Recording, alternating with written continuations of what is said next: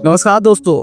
इंसान के पास सब पैसा बढ़ जाता है तो उसके अंदर की हैवानियत भी बढ़ने लगती है और इसका सबसे जीता जागता उदाहरण एप्स्टीन फाइल है। इस फाइल में न जाने ऐसे कितने लोगों के नाम हैं जिनको आप बाहर से विनम्र और अच्छे स्वभाव का समझते होंगे, लेकिन इनका सच कुछ और ही है। प्रधानमंत्री मोदी का नाम एप्स्टीन फाइल में जोड़ा जा रहा है। अगर आपको एप्स्टीन फाइल के बारे में बिल्कुल भी जानकारी नहीं है तो अगले कुछ मिनट के अंदर इस वीडियो के माध्यम से पूरी डिटेल आपको समझ में आने वाला है। Here with me now is Deputy Attorney General Todd Blanche. Thank you so much for joining me this morning. I want to start with the Epstein files. Beth, convicted sex offenders' relationships with the rich and powerful. Jeffrey Epstein, इसी के ऊपर ये files की पूरी कहानी है। 1853 में America के न्यूयॉर्क सिटी में इसका जन्म होता है। अपनी शुरुआती पढ़ाई पूरी करने के बाद इसने कोचिंग पढ़ाना शुरू किया। कोचिंग पढ़ाते हुए ये बड़े घर के लड़के लड़कियों को पढ़ाना शुरू करता है और यहीं से इसकी मुलाकात बड़े बड़े बिलियनर्स के साथ होती है। इसकी पहुंच कुछ इस तरीके से बढ़ती गई कि अमेरिका के व्हाइट हाउस राष्ट्रपति भी इसके दोस्त हो गए। पैसा ज़्यादा होने पर इसने खुद का एक आइलैंड खरीदा। इतना पैसा कहाँ से आया इसके बारे में कोई भी जानकारी, कोई भी पुष्टि नहीं है। उस आइलैंड को इसने अपने अनुसार डिजाइन करवाया और पहली बार 2005 में फ्लोरिडा पुलिस को पहली बार शिकायत मिली कि एक 14 साल के लड़की का परिवार ने यह बोला कि एप्स्टीन ने मेरी बेटी का यौन शोषण किया हुआ है। जांच हुई तो जो सामने आया वो किसी हॉरर मूवी से कम भी नहीं था। एप्स्टीन ने एक पूरा सेक्स ट्रैफिकिंग रैकेट चलाया हुआ था। 14 से 17 साल की लड़कियों को रिक्रूट करता था, स्कूलों से, मॉल से और गरीब परिवारों से। यह प्रॉमिस करता था कि उसको मसाज का काम सिखाएगा, अच्छे पैसे, मॉडलिंग का मौका भी मिलेगा, लेकिन हकीकत में उन्हें सेक्स के लिए मजबूर किया जाता था। एक लड़की दूसरी लड़की को लाती और बदले में $200 से $300 देता और यह एक पिरामिड स्कीम था। बच्चों का शोषण, वो लड़कियों को अपने प्राइवेट जेट में लेकर जाता, न्यूयॉर्क, मैक्सिको और अपने आइलैंड पर लेके जाता था जहां पर एक नीला सा उसने टेम्पल बनाया हुआ था। अब पार्टीज होती थी, आर्गीज होती थी, कैमरे चलते थे। कई विक्टिम्स ने यह भी बताया कि हर जगह वहाँ पे कैमरे लगे होते थे और वह हर एक चीज़ को रिकॉर्ड करता था। यानी ब्लैकमेलिंग का सबसे अच्छा हथियार वो तैयार कर रहा था।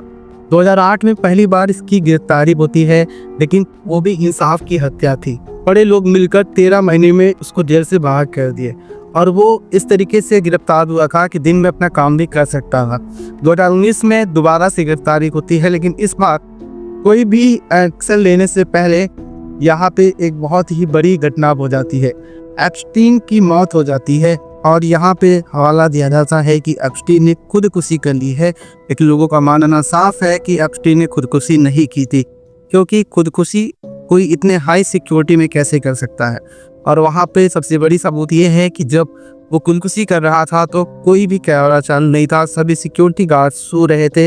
एक साथ ये पॉसिबल बिल्कुल भी नहीं हो सकता, जो कि साफ साफ ये इशारा करता है कि कुछ लोगों ने एप्स्टीन की वजह से अपने खुद के राज न खुल जाए, इसके लिए उसको मार दिया। एप्स्टीन की गर्लफ्रेंड गिस्लेन मैक्सवेल भी शामिल थी। वो लड़कियों को रिक्रूट करने में उसकी मदद करती थी, उसको ट्रेनिंग देती थी और एप्स्टीन के सप्लाई चेन को चलाती थी। मैक्सवेल को 2021 में 20 साल की सजा हुई और वह अभी भी जेल में है। सवाल यह है कि एप्स्टीन अकेला नहीं था, कि पार्टियों में कौन कौन ज्यादा था। उसमें पहला नाम आता है पूर्व राष्ट्रपति बिल क्लिंटन का। एप्स्टीन के जेट में 26 बार इन्होंने सफर किया और आइलैंड पर गए थे। नेक्स्ट नाम आता है डोनाल्ड ट्रम्प का। उन्होंने कहा था कि जेफरी एक अच्छा लड़का है, वो जवान लड़कियों को बहुत ज्यादा पसंद करता है। हर नाम आता है प्रिंस एंड्रयू का।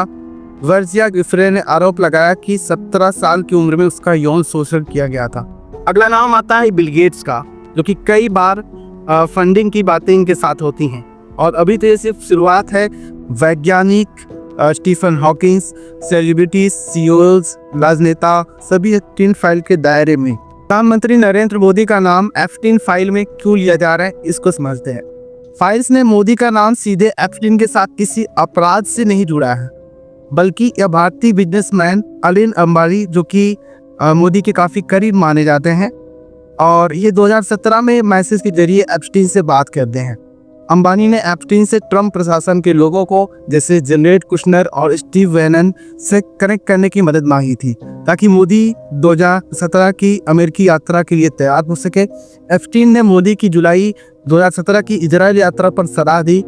एप्स्टीन फाइल में यह भी लिखा गया कि मोदी ने यह सलाह मानी थी जो कि एप्स्टीन ने दिया था। इजराइल में डांस और सॉन्ग किया जो अमेरिका के राष्ट्रपति और उनके लिए काफ़ी ज़्यादा फायदेमंद साबित हुआ था। भारत सरकार ने इसको एक दोषी अपराधी की बकवास बताकर खारिज कर दिया। विपक्ष ने स्पष्टीकरण मांगा है, लेकिन नाम आने का मतलब गलत काम नहीं होता। ये सिर्फ राजनीतिक कनेक्शन और सलाह से जुड़ा लगता है, लेकिन कोई सेक्स ट्रैफिकिंग या अपराध का आरोप नहीं हो सकता। ऐसा अभी तक कोई अपडेट नहीं आया है, तो आप लोग किसी को भी बेवजह आप टारगेट नहीं कर सकते। लेकिन जैसा कोई अपडेट होगा हम आपको अपने वीडियो के माध्यम से इन्फॉर्म करेंगे। मिलेंगे नेक्स्ट वीडियो में। जय हिंद।